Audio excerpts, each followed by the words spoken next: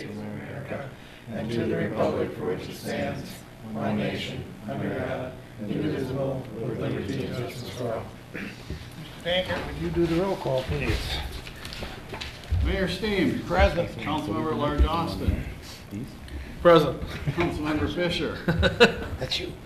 Spaskin. Present. Helly. Present. Waller. Present. King. Present. Pashusta. We have a quorum, Your Honor. I'll hand it over to you, Tom.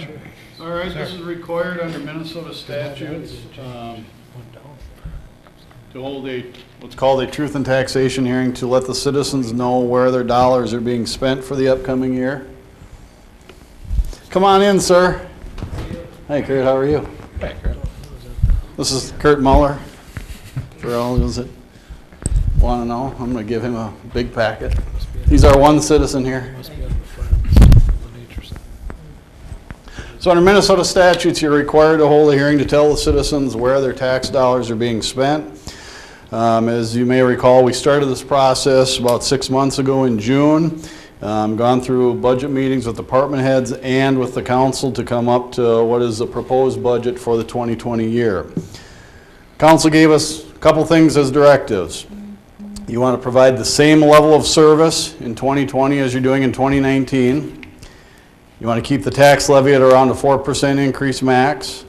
And so based on those two parameters, we were able to get to that point with a 4.03 tax increase, still providing at least the same level of service in 2020 as we did in 2019. But in order to do that, there were several requests, mainly capital, that had to be cut out of the budget, amounting to hundreds of thousands of dollars. The total budget proposed for 2020 is just under just over $35.9 million. Again, these budgets are balanced with no dipping into fund balance. This helps us maintain our AA2 credit rating.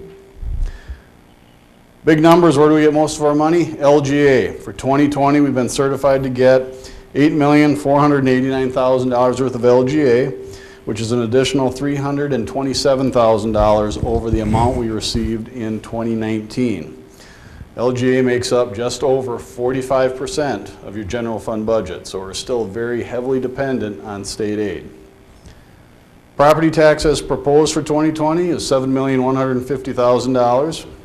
Again, a 4.03% increase, which is going to add about $277,000 to the tax levy for the 2020 period. Staffing-wise, staff makes up 58 to 60% of our costs in the general fund. For 2020, we are adding a half-time CSO position, but we've eliminated the parking enforcement officer that was a 10-hour part-time position because the CSO, that's going to be part of their duties. So that will take our full-time equivalents, because we didn't count the parking enforcement part-time person as an FTE, up to 145.25 FTEs. There is contingency set aside, $100,000 for things that come up every year. We have stuff that comes up we don't plan for. Usually that number is 150 grand. But again, in order to get the budget at 4%, we had to knock that down to 100. There are also dollars set aside within contingency for phase 2 implementation of the comp and class study that's still underway.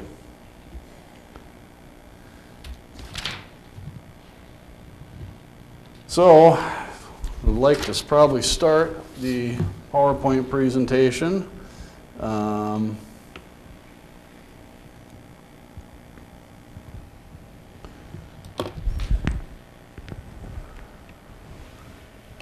Here's the budget timeline, as I noted earlier. In the top left, June 3rd is when we had our first meetings with the mayor and city council for you to give us some direction as to what you wanted to see for 2020.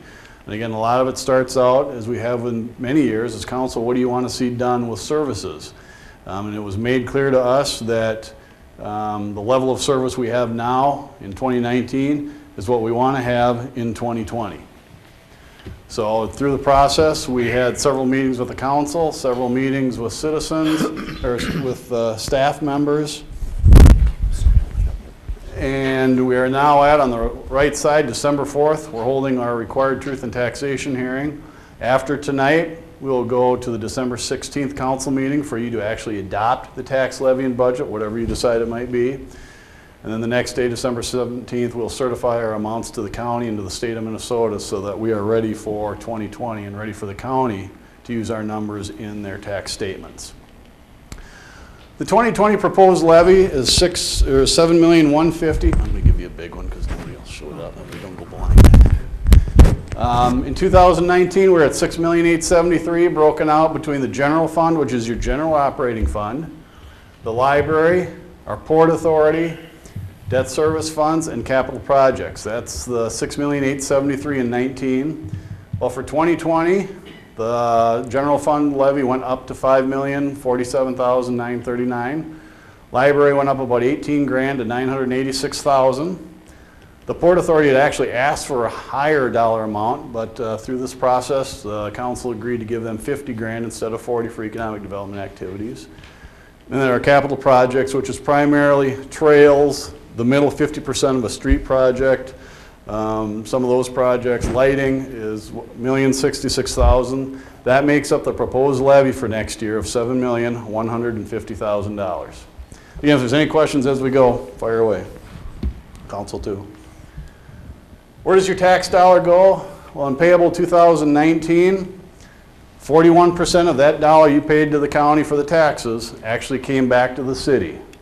37% stayed at the county, 20% went to the school, and the other 2% is watershed districts or housing redevelopment authority tax levy. And with our proposal for next year, I don't envision these percentages will change much if council approves as proposed.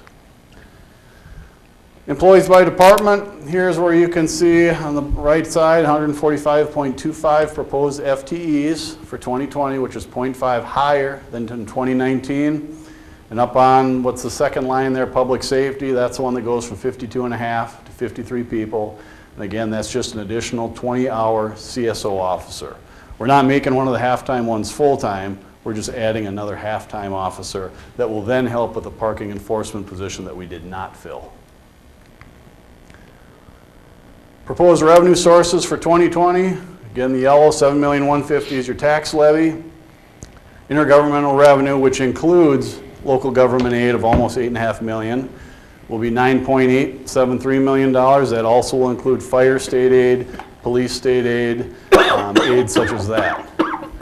The other big one, miscellaneous, 3.5. We had to plug numbers in somewhere. That includes about $1.7 million to $1.8 million of payment in lieu of taxes from the Austin utilities. They don't pay a tax in the city, but they pay a percentage of water, sewer, gas, or water, electric, gas revenues come to the city to help lower our tax levy. The other big one on the right side, enterprise funds, almost $6.8 million. That is primarily the wastewater treatment plant operations.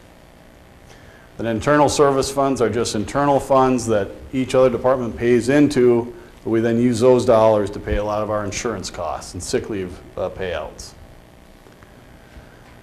On the expenditure side, general government, about $2.1 million, and we'll get into the breakout of what makes up each department.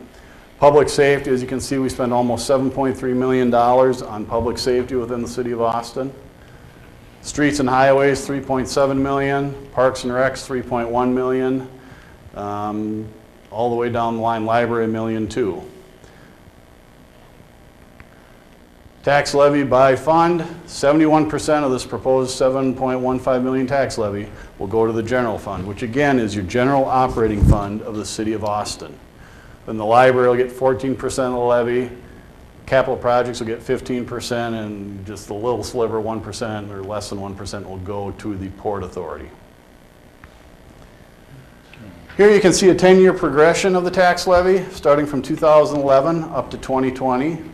You can see in 2011 we were at $4.134 million, and it's now increased to what is proposed for 2020 at $7,150,000. General fund expenditures in total, $18,711,000, broken out into the different areas. So if you looked at the general administration, $2,141,000, here's where it goes. Mayor and council, city administration, clerk's office, finance and IT. Some of it goes to senior center, the attorney's offices, etc. Tom, on the increases since 2015, is there a specific area that's driven a lot of that increase? Is it public safety? Is it just kind of a smattering across the board? I would say it was 60% of our costs in people. As those people costs go up and the LGA numbers have not gone up significantly, somebody has to make up that difference.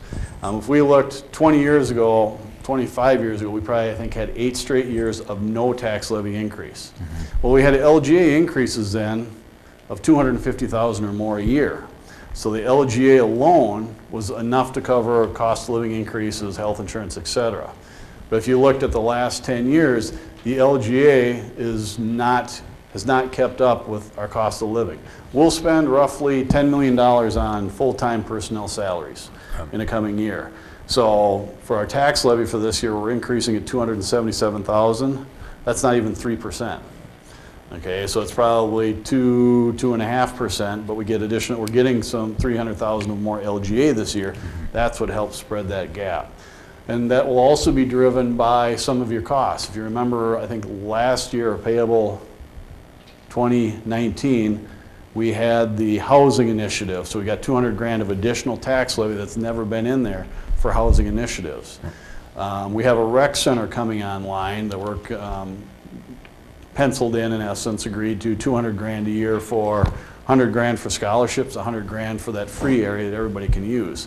So it's kind of a combination, but usually it's historically it's the people costs that are driving the expenditures, because LGA has not been as robust as it was in the past. Okay, so it's one of the, I think I calculated like the CAGR on LGA has been like 1.1-ish% since 2011, and Right. tax levy's been 6. Right. So if we're increasing people costs at 2 to 3%-ish a year, that kind of makes up. Yeah, yeah, 3% increase on my $10 million is $300,000 in people costs alone. On top of that, you got PERA, you got FICA, you got Medicare FICA, you got the benefits that are associated with it that can add another 20-30% on top of that people costs. And is it fair to say that the comp study has kind of compounded that by adding even more to that cost driver? When that gets implemented, that will jack that up even higher, yes. Thanks. So another way of saying this is, if you want us to keep the tax levy even, we are literally firing people. We're literally cutting positions if we wanted to keep a tax levy at a 0% increase. That's what it's going to come down to. I mean, you can always start reducing your capital outlay, which, in this tax levy is $1 million. $1,066,000 for streets and another $500,000 for police cars, blah, blah, blah. One way that I've seen other entities do that is they slowly reduce their capital expenditures. The problem being, eventually a roof needs to be replaced, and they have not bite the bullet and added a 1% tax levy to fix those things, and then it all comes to roost down the road. But in essence, you're correct. You need to become more efficient, which, over the years, we've actually reduced our employee count by, 40 people over the years. A lot in the fire department by going to a combination department.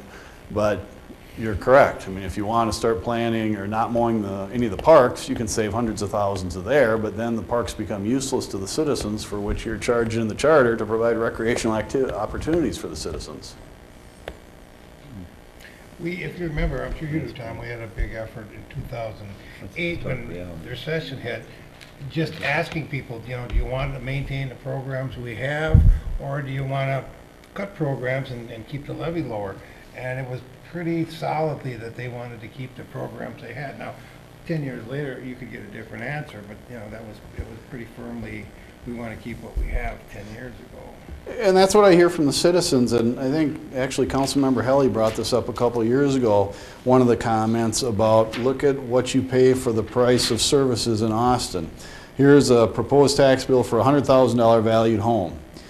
In the city of Austin, if our levy goes through as proposed, their tax levy that they pay for the city will be just right at $400. So for $400, you get 24-hour coverage from the fire department, police department, access to 30-plus parks in the nature center. You can go swimming at the pool for a discounted rate. You can hit our library free of charge anytime it's open. That's, is that worth your $400? The streets are lit because that's where this money comes from. So that's kind of how we try to explain to the citizens. And nobody wants to pay more taxes, we all agree, but this is what the price of doing business in a municipality is these days. Public safety, 7.2, I believe the number was here. The police department has hit $5 million. First time it's been that high. But again, the costs keep going up. The calls for service aren't waning any. And we have a responsibility to our citizens to keep them safe. Fire department, $1.7 million, et cetera. Now I will say all these numbers do not include any allocation of a comp and class study. Since it's not been implemented, not been approved by council or through the bargaining process, those costs, those employee costs are not here. They're in a contingency account that we'll see later. Will you go through fire in depth later on? I know last year we were talking about how we pay for the fire trucks. Will you do that in a few minutes? I'm not planning on it, but I certainly can. If now's a good time if you want to talk about it. This operational budget is just the people costs. Okay. And dollars taken, set aside every year for depreciation that are moved out over to what we call an internal service fire fleet fund. So we build up those dollars every year so that every 5-10 years, whenever a new truck comes in rotation, we use that money that we put aside to buy a new fire truck. Is that your question? I mean, if you need, I you know we can, talked about it last year, that we had to start thinking about the age of the fire truck. Mhm. And I just wanted to follow. Yeah. The one note I had from last year, you guys, so I just wanted to follow No. up. I'm Okay. going to talk about it later. And that brings up a good point. If council may recall, when our year was done at the end of last year, we had a higher fund balance. We try to maintain 42 to 48% of our expenditures in fund balance. Historically, because we don't get our state aid LGA payment the first half until July. So for the first 6 months of the year, we don't have a whole lot of cash coming in. That's why we need 50% or so of the budget there.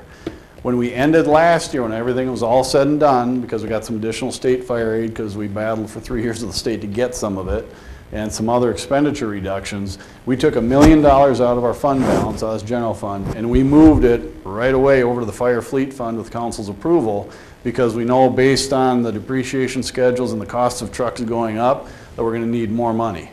In fact, even the $1 million will not be enough. No.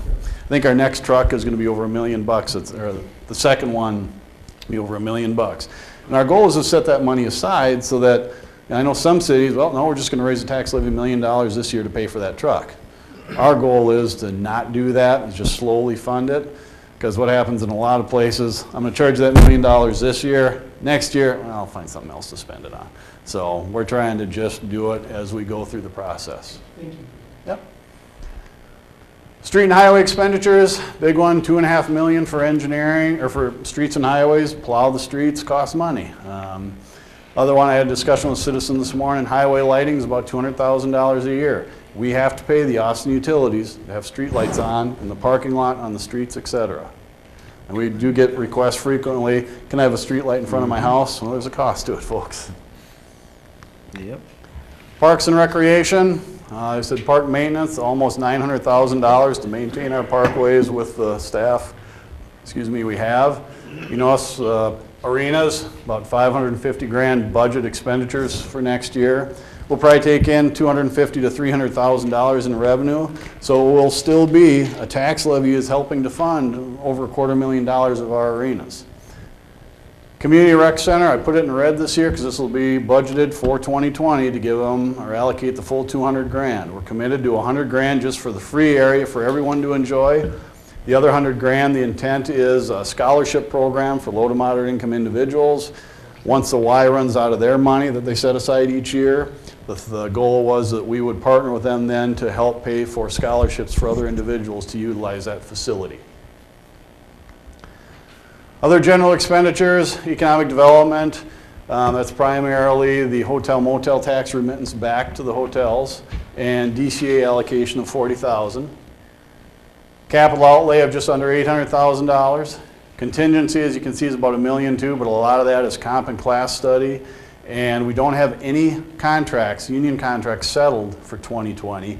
We've got dollars set aside in contingency to also help fund that if and when we ever get those settled.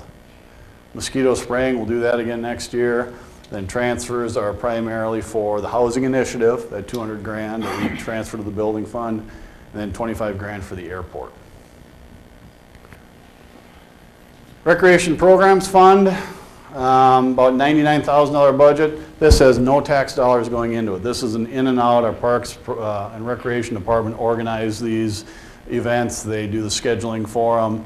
However, the staff person that does most of that work is actually paid out of the general fund because literally this doesn't make enough to cover any of their costs.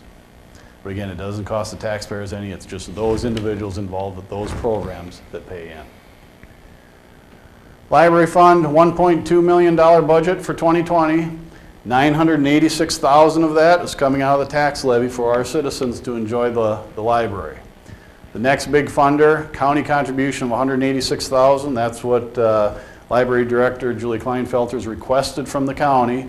They only spread that tax levy on those individuals within the county that don't have a library in their community. So like in Austin, the county still spreads the tax levy, but they do not include a levy for the library because Austin citizens are already paying for it.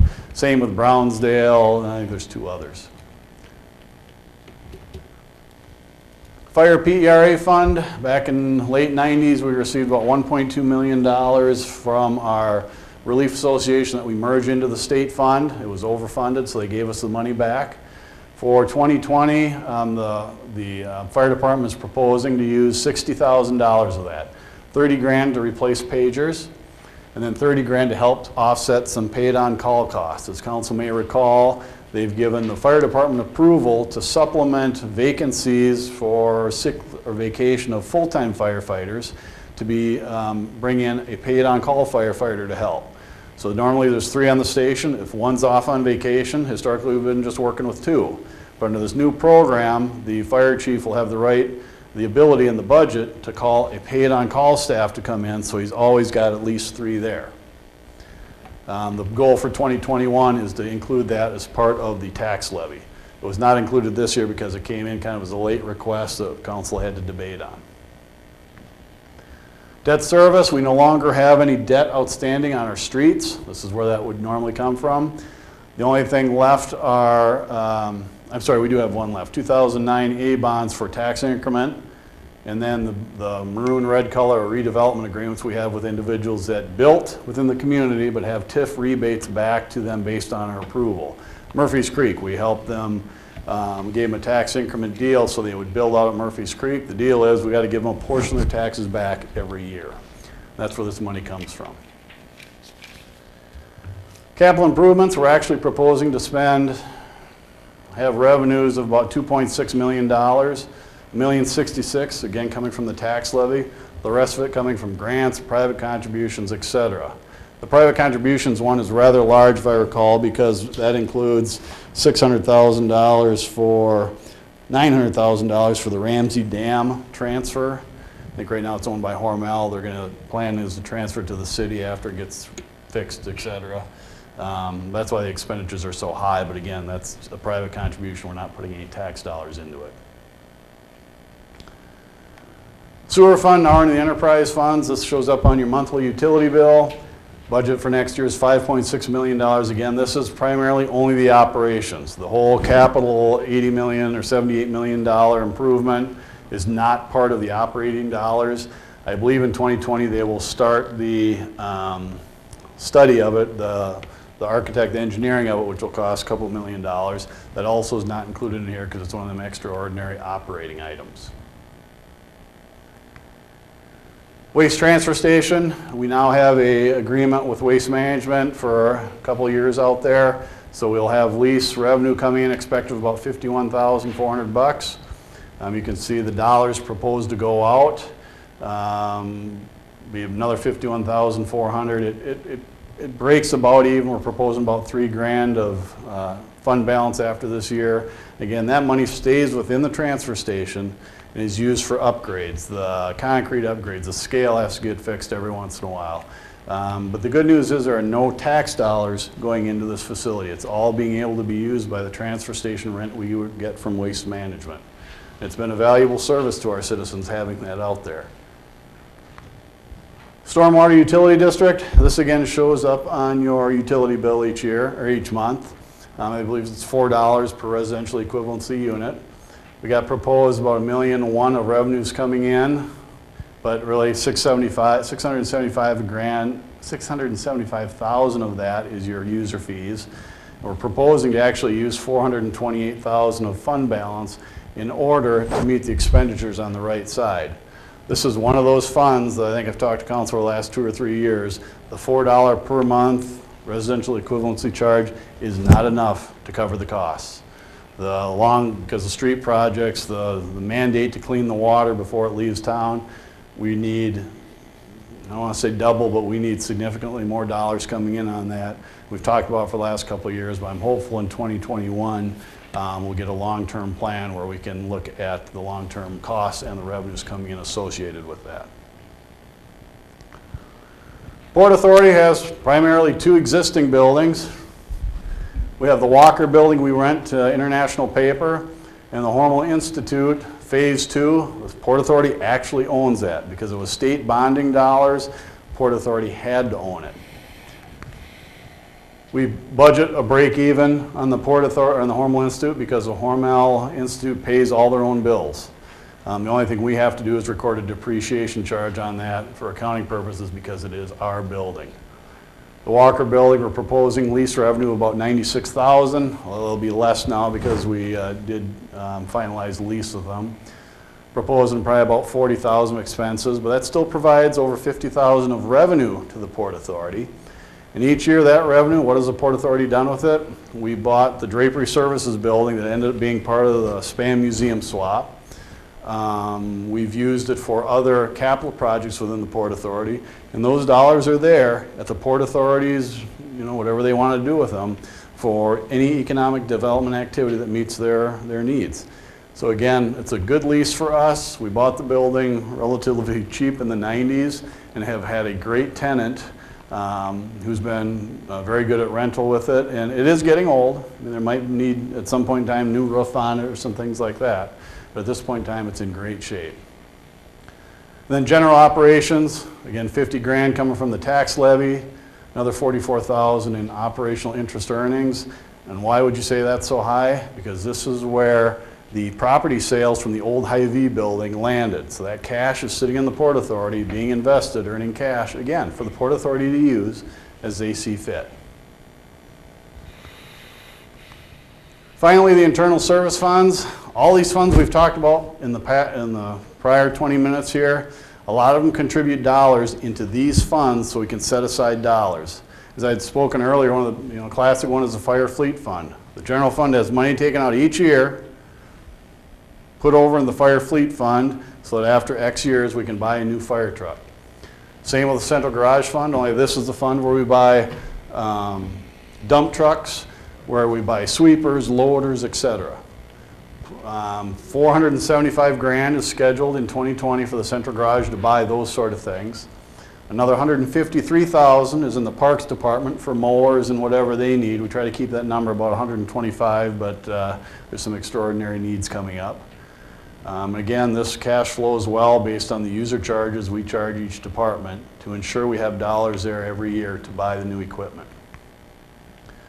MIS administration, same sort of thing. This is where our IT individual, one individual who maintains primarily all 140 computers. This is where his budget comes from. $20,000 capital outlay each year is what we try to set aside. That's just for the replacement of existing workstations within the city of Austin. Again, high-end users usually get a new computer. It's refurbished, dropped down to middle-end users, etc. And in the old days, they'd end up at the Youth Activity Center for a slow death on them. Since we don't have that anymore, we take them to the recycling center. Fire fleet replacement, dollars coming in. Again, there's no scheduled trucks for 2020. 2021, I believe there's 50,000, if I recall, coming out. But again, next year, that fund should only be earning income to be used in the next couple of years. So let's go back to that picture. Yep. So you're advocating or saying that a truck similar to that is upwards of $1 million easily? I think if it's got the ladder on the back, it's over $1 million. I don't think this one's $1 million, but it's probably dang close. Yes, for our insurance ratings, to keep your insurance lower so that you don't have to pay higher insurance rating. Plus, we have buildings that are that tall.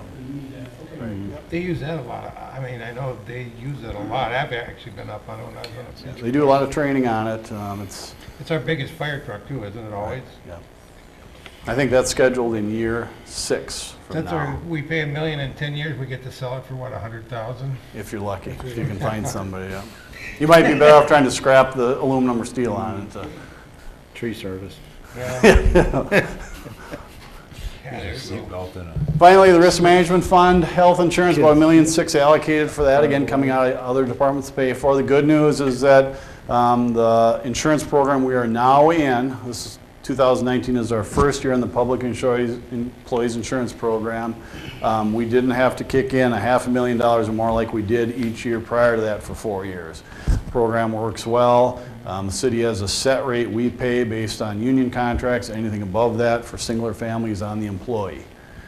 Property liability insurance, set aside about $300,000 to pay our insurance bill for our property. Workers' comp, about $400,000. You know, that's just an estimate. The numbers fluctuate each year based on your occurrences. And finally, sick leave program, we set about $83,000 aside for that. Union contracts allow for, if you're hired before 05 or 06, depending on what contract you are, any unused sick time you have will get paid out when you retire. If you're hired after 05 or 06, 50% of it gets paid out. So these are just dollars, again, set aside to ensure we have dollars to pay employees based on those contract requirements. That is all I have for the Truth in Taxation hearing. You know, again, where did the additional $277,000 of taxes go? Well, they primarily went towards wage increases. Not going to cover it all because the LGA is part of that also to help cover that cost. But if somebody asks me where'd the money go, that's in essence where it goes. And when you're spending $10 million in salaries in a year, you can do the math real quick. It doesn't amount to, with benefits, anything above about 2.77%. So at this point I'd ask, is there any questions, comments, thoughts about the budget or the tax levy for 2020? This is your final chance, second final chance. So Tom, now we need to pass a resolution at the end of this? We recommend via motion a tax levy, a budget, and cancel taxes for the next council meeting. And this will be proposed at the December 16th council meeting for council to take final official action. Tonight is just a proposal and just a motion to recommend what they want to do for 2020. So should I read the whole resolution here, just for the record? Nope, well, all we really need you to do is there a motion? Right now, we're proposing a motion for a tax levy of $7,150,000 for 2020. If somebody wants to change it, I'd say jump out and make a motion. You can't go higher than that by state law. Okay, council, any input? If not, we need a motion for the resolution, Tom. Motion to forward to council. Motion to forward to council. Second. All in favor? Aye. Opposed? Okay. All right, the next one is the budget proposed for next year is $35,945,802. If council's satisfied with that number, we'd ask for a similar motion. Some motion. Motion to forward to council. Is there a second? Second. All in favor? Aye. Opposed? The last motion we will ask for that will come up at the next meeting is a motion to cancel certain tax levies. Debt was issued for some utility projects, $219,000 and $1,285,000 is a tax levy that when we pass the bond issue for the utilities, we have the right to tax citizens for that. But we don't because we have an alternative revenue source paying it, the Austin Utilities through their user fees. But each year the county requires us to pass a motion saying we're not going to levy that onto our citizens. So I need a motion recommending that also for council. Need a motion. So moved. Is there a second? Second. All in favor? Aye. Opposed? All right, the only other thing, I thought we might have some citizens here to discuss some valuations.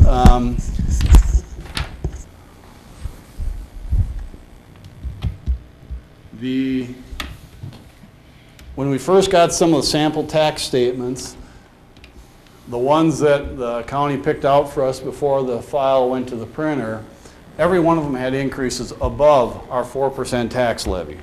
So that raised a question right away, what's going on here? Did this thing get spread correctly? Well, Understanding that, asking those questions. yeah, it just, something didn't sound right. It's like, I don't have that kind of luck where all 6 statements have increases higher. But what it drilled down to was the county did, and this isn't, if you look for your house and say my increase was red, it was 13%, it should be red, like my house is down here. They said they just took the general areas to make it easy for us to try to explain to the citizens. This is a legend of where the county assessor's office had valuation changes. Anything in red had, I can't tell the red between the dark orange, I'll be honest with you. So 10% or greater in these red areas. What happened? A lot of this area here had increased, massive increases, because it's rental property. And what they were finding is rental property was being sold and transferred. It might have been even part of our rental housing ordinance to drive individuals out that weren't taking care of their property. Massive changes or sales above the assessed valuation over here. Up here, I believe homes, there's some new homes up in Orchard Creek, counted for those increases. But if you notice all the yellow, 0% to 5% or even a decrease. There were actually many homes in some of these areas that actually saw a decreased valuation. And what happens if you have a decreased valuation versus an increased valuation? The increase is actually paying even more because that tax levy or that valuation they had has gone down. Somebody else has to pay even more for it. So what they found is that certain areas, orange had increases, red had increases, but half the town yellow was frozen or went down. The county is required by state statute to, in essence, do a report every year that shows the value of homes sold is within 90 to 105% of what the county has them valued at. And if they don't pass that test, the state basically, in layman's terms, mandates you need to increase every home in that, Rambler size or two-story size, X% in order to get it within the state requirements. A lot of that, if you looked at business property, the state gets a business tax based on the valuation. So from the state standpoint, they want that valuation as high as they can get because that's more money to the state. So they certainly don't want to see businesses valued below what they're actually going for. Tom, can I ask a question? Sure.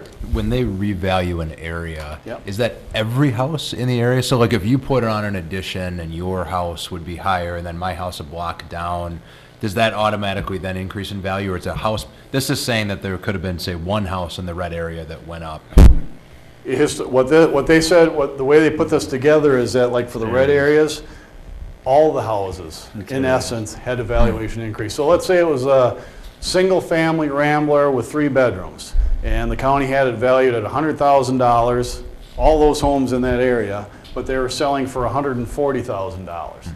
Whoa, we just failed the test. So then they go through an equalization process for all the homes. Again, this is kind of just the general terms. All the homes in that area that are single family, 2-bedroom, we got to increase them up, 20% or whatever it might be.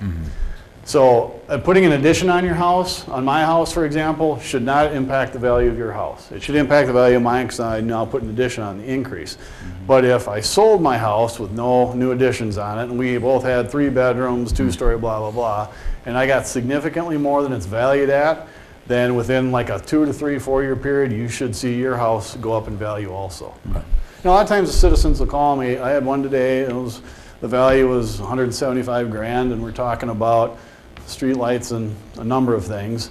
So I asked them in the end, would you sell your house for 175,000? No answer.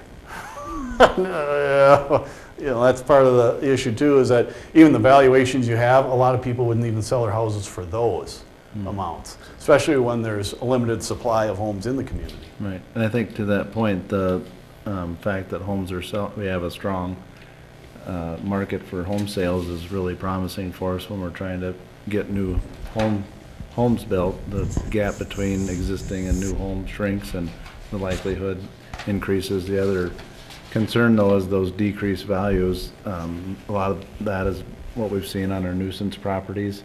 Houses that we have to take action on, and some of those values end up slipping away when those fall in disrepair and the like, and we're seeing that. So that's a definite red flag for us there as well. And overall, there was a slight shift in the residential carrying a little bit heavier load than the commercial. So we saw a little bit of a shift there as well. But overall, the sales are a promising thing, though if you're paying the taxes, obviously it can be a little difficult. I got a report from one of the MLS listings today for another project I'm working on. And through November 30th of this year, Austin has actually had more home sales, I believe it was, than Albert Lee or even Owatonna. The number of home sales. The number of homes outstanding available for sale at this point in time in Austin is higher, I believe, than it is even in Owatonna. And Owatonna is a bigger community. I think a 92 is a number, and I asked the realtor, what's a good number? And he says, we really should have 125 to 135 homes available on the MLS so that the buyer and the seller are on even footings. Right now, it's only 92. You know, the sellers, you know, they have command, they have control because there's not many homes out there, and people are vying for some of them. I've seen a $135,000 home the guy had. I was talking to a realtor that morning. It came on the market at $135,000. I was there at like 11 o'clock talking to him. He had a couple there already making an offer, and the realtor said, I got 3 more showings today. He said, $135,000 house will be gone in 2 days in Austin. I've had a couple of them on my block go up last year, and it, you know, within weeks. Now, the one good thing for these individuals in the red and the yellow or orange is there's what's called the Minnesota Homestead Credit Refund. If your taxes go up, if your taxes go up 12% or more, and it's $100 or more, then you actually qualify for a rebate from the state of Minnesota. Not many people know about this, but it is out there. And I just calculated on one of the homes in there, and based on some estimates I made, they actually would reduce their tax bill $181 by just taking the time to fill out the form, the credit. This is on a tax bill that went up $800. Just by doing this math, they could probably reduce it by almost 25% by taking the time to fill this out. And I think it's worth noting, Tom, on that homestead credit, that's you pay attention to that in your tax statement too, because as the value of your home increases, your tax credit decreases, and so the lower value home, you'd have a higher tax credit, homestead credit. So that's a fluid number every year. Correct. Based on a formula, so that's impacting a lot of folks, those tax. So if we looked at the sample tax statement, as Councilmember King had said, you see the valuation of the top, $59,700. The state has an exclusion, and on this property it's $23,900. I believe that exclusion maxes out at about $77,000. So at $77,000, you're maximizing this homestead credit and getting as much as you can. As the value of your property goes up, you actually lose exclusion, or at some point in time, like $300,000, you get zero exclusion for that. That net value then here, $35,800 in this example here, is what actually drives your tax bill. So $60,000 homestead exclusion of $23,900, made it $35,800 net. Let's look at a $200,000 home. Their exclusion is only $19,200 versus $24,000. Net value $180,000. Here's a $330,000 home. Their exclusion is only $7,400. Again, the higher value your house, the state figures you probably can pay higher taxes. Therefore, the exclusion isn't meant for you. It's meant for you, for those individuals that are in that lower valued property to help pay their taxes. So that's a good point, Steve.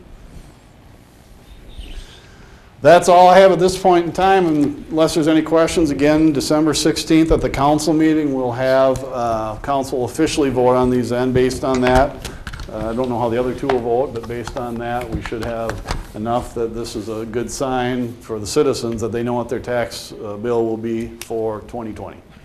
Tom, I just wanted to say thank you. I know a ton of work has gone into even to get to this point. I think your mastery of the budget, your ability to answer a number of different questions that I know we've had as we've gone through here is a huge asset to the council. It's a huge asset to the community, and we just appreciate all the work that you and the staff put into this, and thank you. And thank you, and you made a good point. Staff, this all starts with the department heads. Council gives us direction, department heads, we have to sit down and work with them for literally 6 months to figure out what can we fit in the budget, what can't we fit in, and then the ultimate decision comes down to you, council, but we certainly appreciate it. Thanks. Thank you, Tom. Any more questions? For people in the audience, you have any questions? Okay, if we have nothing else, we need a motion to adjourn. Correct. So moved. Second, all in favor? Aye. Opposed? Thank you, Tom. Yep, thank you. Thanks, folks. Yep. Thanks, everybody, for showing